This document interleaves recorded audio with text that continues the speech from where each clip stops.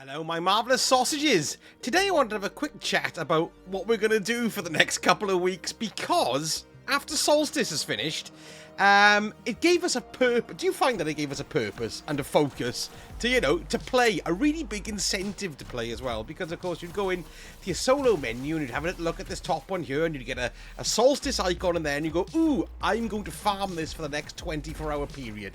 It gave you like a thrust. Not only did it give you a thrust, but it also gave you lots of chances at maybe tier 4, possibly tier 5 gear, and it gave you the extra power boosts as well because you're getting so much more loot, and it was overall a really cool way well, it just really got me into playing, and I kept on grinding and grinding, so much so I'm amazed to say I'm on 356 already, which is bonkers for me. I thought I wouldn't have been anywhere near that, and it's Solstice that kind of gave me the oomph to do it, because I found, really, and I don't know how you feel about this, but if you're doing the normal grind, it's not as exciting to do it as when Solstice was on because of the showering of gifts and the excellent, well, uppage of your power level. Do you know what I mean? So without Solstice, where does it leave us? Well, it kind of leaves us farming whatever you want on solo, which is okay, I suppose. You do get your level to go up a little bit. You don't get as many rewards, which is obviously a nice big incentive.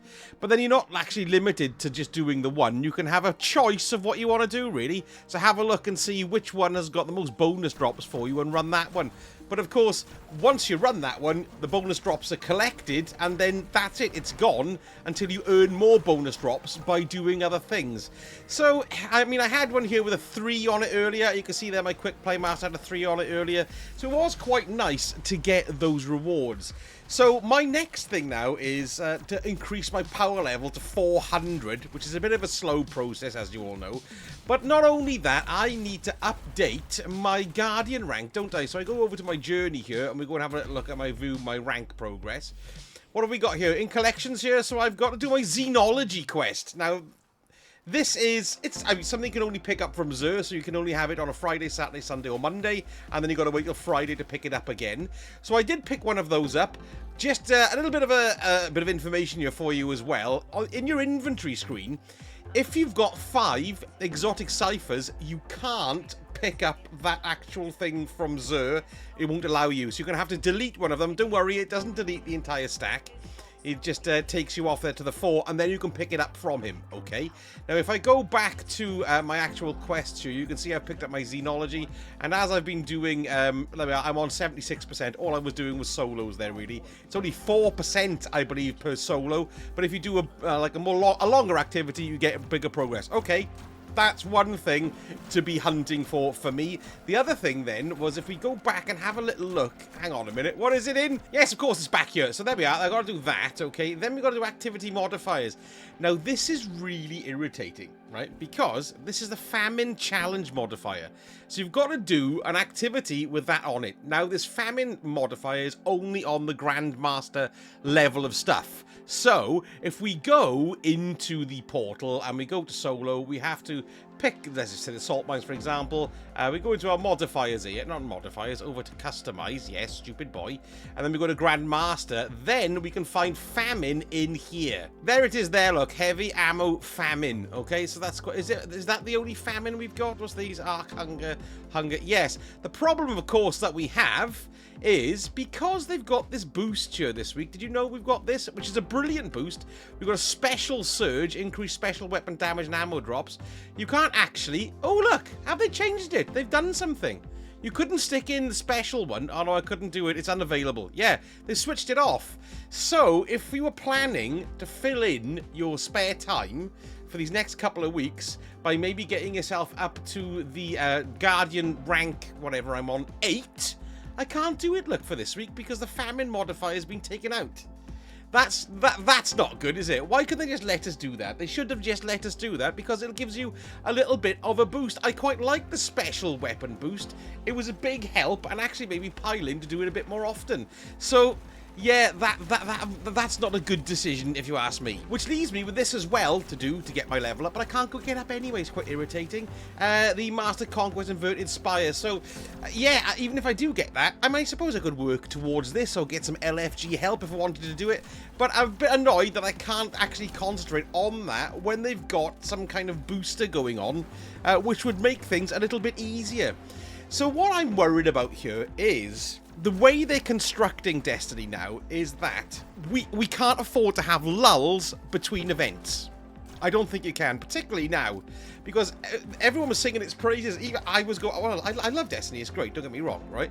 It's just that the downtime thing, it's because we don't have stories and stuff like that anymore, because they take so much time to create, and I've got no problem with that at all. We do have stories, of course, with the big DLC releases, and we will have story missions on and off throughout, sprinkled in between. That's great. But in the meantime then, this is a kind of like a free-to-play model, and I think they should be going from one event to another, to another, to another.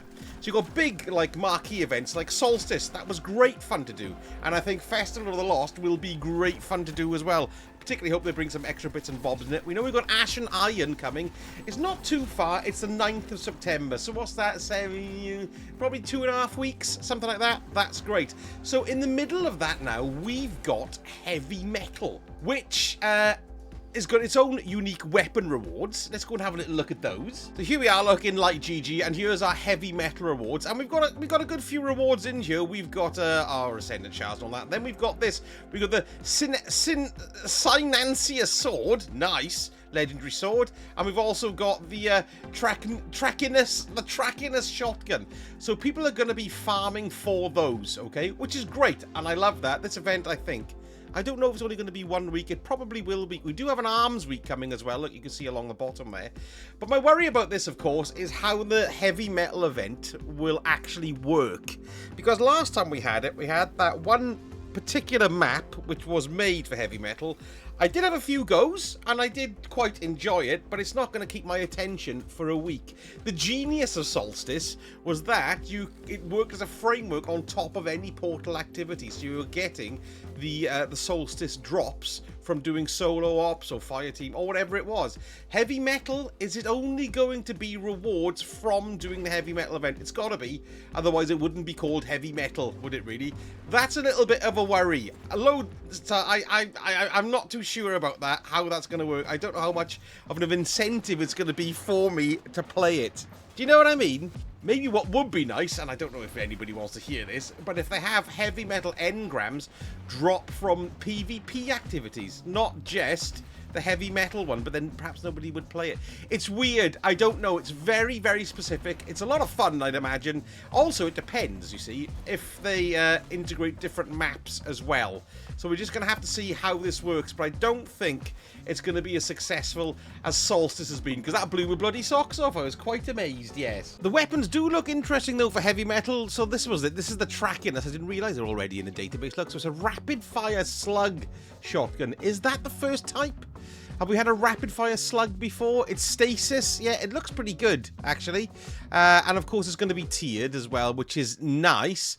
And then we've also got the sword, which is this one here, the Synancia. Yes, there we go. That's a wave frame sword. Heavy attack deploys a shockwave uppercut and launches the user into the air. That one's solar as well. So, yeah, it does look intriguing, the weapons, definitely. Now, if that is coming on the 2nd, we know Ash and Iron's coming in on the 9th. So we're going to be straight in then to newer stuff. We're going to be having the Plague Lands on Earth, which will be great, but we don't really know what we're going to be getting there. So we've got 2 weeks of downtime going back to the normal grind. And does that put you off? Are you just waiting for something else to happen? I mean, I did quite like I said, the little idea of putting the special weapon boost on there, but don't take away other things that we can do, because these are all we're aiming for, really. Everybody wants tier 5 weapons, and if we can't grab them by completing our journey, that's very frustrating. They need to sort that out. Now, we do have a TWID coming out today, which might actually answer some of those questions. But yeah, I think they need to let go of the reins a little bit with this. Do you know what I mean? Because they've done a great job in Solstice, but maybe, just maybe, they didn't anticipate how successful that was going to be and how fast people were going to beat the grind.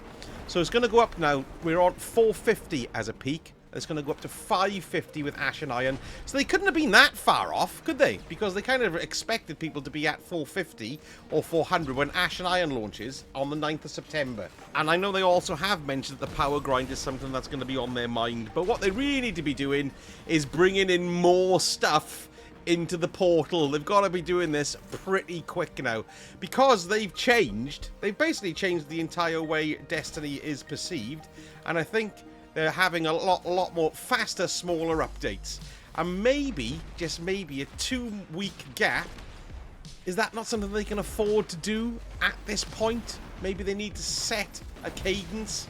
I don't know. Is it even possible to have something every couple of weeks? But Arms Week isn't that bad, is it? Maybe they should bring back the old factions, Dead Orbit and New Monarchy and a Future War Cult. That would be fantastic.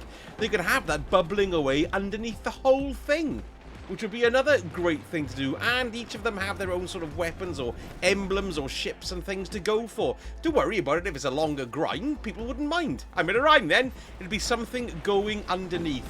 All I'm worried about is them plugging this gap. I know it's only 2 weeks, I know it's not the end of the bloody world, but the numbers are going to go for 2 weeks, and then people might not come back. And every time your numbers go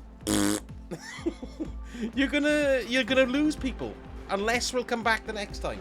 So we have to see how this is working out. How do you find it now after Solstice? Are you going, can't be bothered anymore, I'm not going to play? Or are you enjoying the grind? I do have to be honest with you. I did quite enjoy it, actually. I've been doing a little bit this morning. I've gone up to, what am I at the moment? There, I'm on 356. And I did, what I was basically doing was going into the portal and then looking to see which one gave me the most rewards. However, I must admit, I went into the fire team thing and I did the mission the glassware there because I had 3 rewards.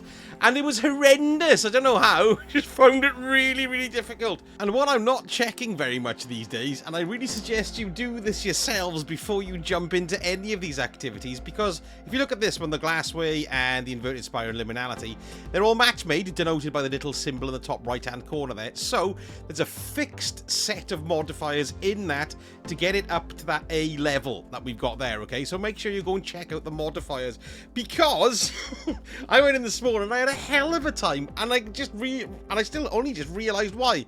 Look, it's got match game in it, so you've got to make sure that that's basically a match damage type to break shields. Otherwise, it takes forever. So make sure you come in and you check these things so you can suit yourself up accordingly. And I just piled in, and it just. I think I died so many times I made a right fool of myself in there earlier on. Which I frequently do, I understand. But if I'd just come in and check this bloody thing out, I'd have gone, oh look, it's got match game and it's got blasts and it's got this and it's got that. There's the special surge there as well, which is nice. So yes, so make sure you come in and check all of these before you come in to do one of these if you're looking to get one for extra rewards. And here's one other thing I gotta tell you as well. If you come out here to the seasonal hub, and I spoke earlier on briefly about this, the seasonal conquest, thinking that the special thing would apply to this, you know, the special weapon boost.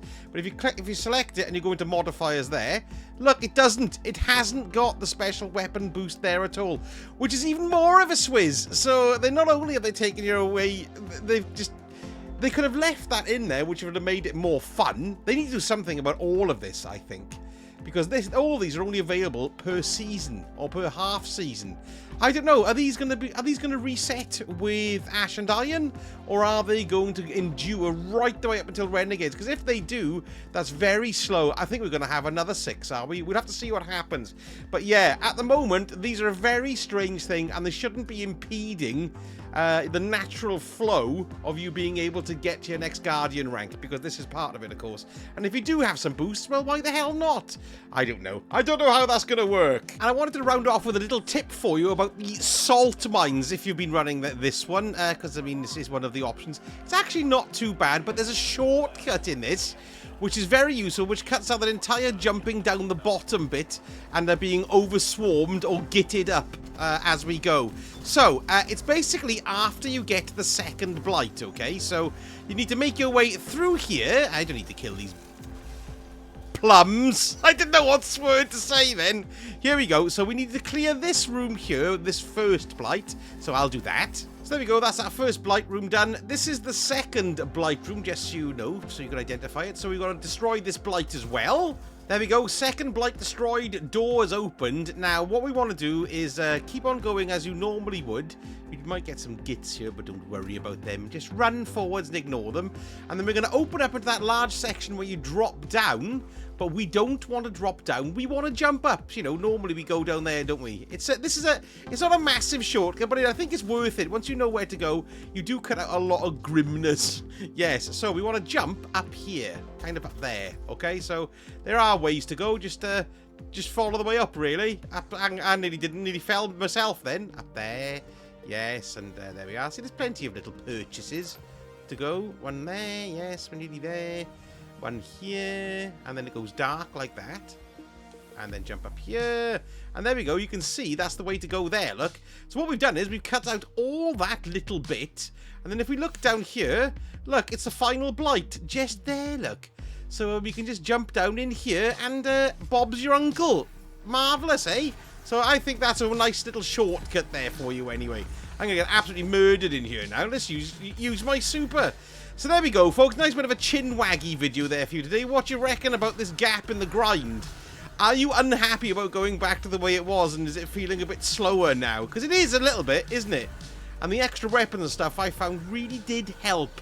There we are then. Thank you so much for watching and listening. And if you want to see more vids, I've got live streams. I stream on Twitch as well on Mondays, Wednesdays and Sundays. Give me a like and a subscribe and hit the notification bell so you know what's what. Right, I'm off now then. Thanks very much. Ta-da!